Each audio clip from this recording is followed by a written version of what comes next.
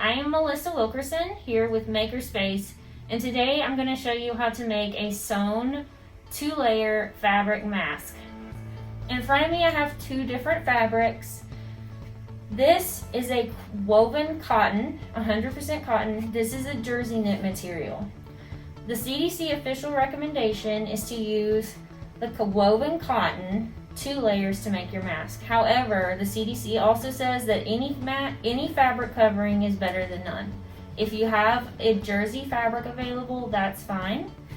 The woven cotton is preferable. So we're going to start by cutting out a roughly 10-inch by 6-inch square. You're going to take your fabric and you're going to double it over. If you've purchased some from the store, it will already come like that.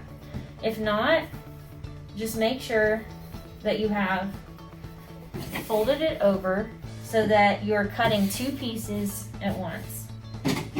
So I'm going to cut roughly a 10-inch by 6-inch square.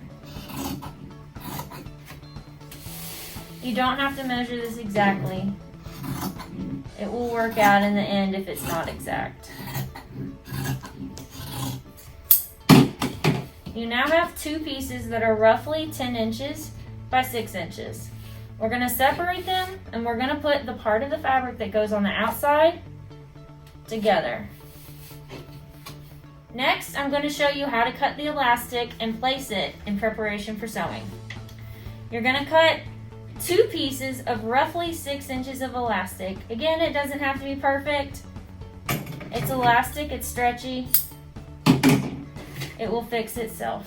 So what I did was I just cut a piece of elastic about 12 inches and cut it in half. And now we have the elastic for the ear loops.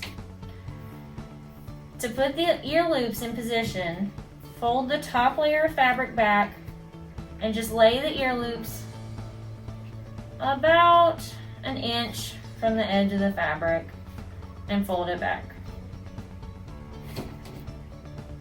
Same here on the other side. Put one end of the elastic about an inch up from the bottom of the fabric and about an inch down from the top of the fabric and fold it over. And now we're ready to sew.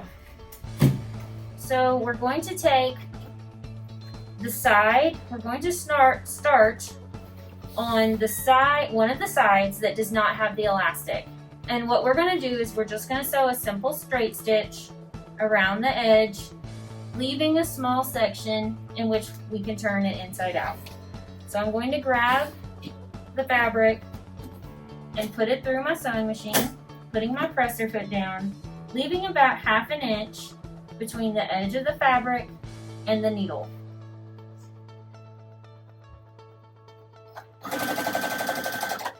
When I get about halfway, about 2 to 3 inches into the sewing, I'm going to put a small fold in the fabric. And I'm just going to sew straight over it.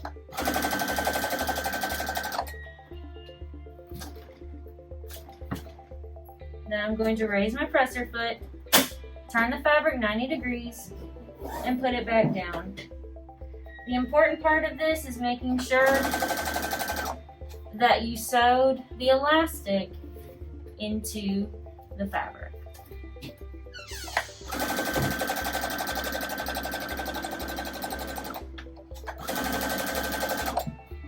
And see, as I'm coming up on the short edge of my fabric, if your elastic falls out, just put it back in, about where it was. It doesn't have to be perfect. Okay, once I'm about ½ inch away from the edge of my fabric, I'm going to pick up the presser foot and turn it. And again, now I'm just checking to make sure that the elastic is where it needs to be. And again, about halfway down the fabric, I'm going to pick it up and fold it, and I'm just going to sew that fold into the fabric. So I'm going to pick up my presser foot, just going to put a little fold there, creating the wrinkle we need to contour to your face. I'm going to put it back down. And I checked to make sure that my elastic was still in between the fabric, as it was. And again, pick it up, put it down. So,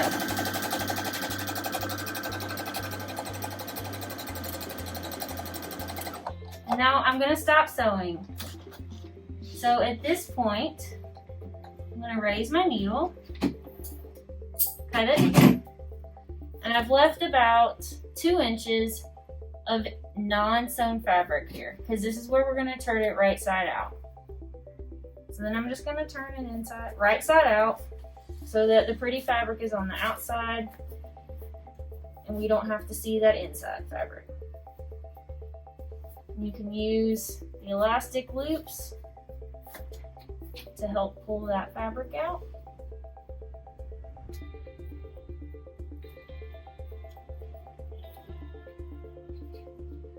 Just pulling the corners and tugging it. And it's not going to lay flat. That's why we put the kinks in the fabric, because otherwise it won't contour to your face. And then here, I'm just going to take this, tuck it in, fold it down, tuck in that any extra fabric or thread that's coming out. It does not have to be pretty. It just has to be 2 layers of fabric. So now what I'm going to do is I'm going to need to top stitch it to close that off. So I'm just going to put the mask back under my presser foot. I'm going to go forward. Now I'm going to use the reverse function. Forward again. As I get near the edge, reverse, forward, reverse, and sew all the way out past the edge of the fabric. And now you have a fabric mask that can be worn either individually or over a disposable mask.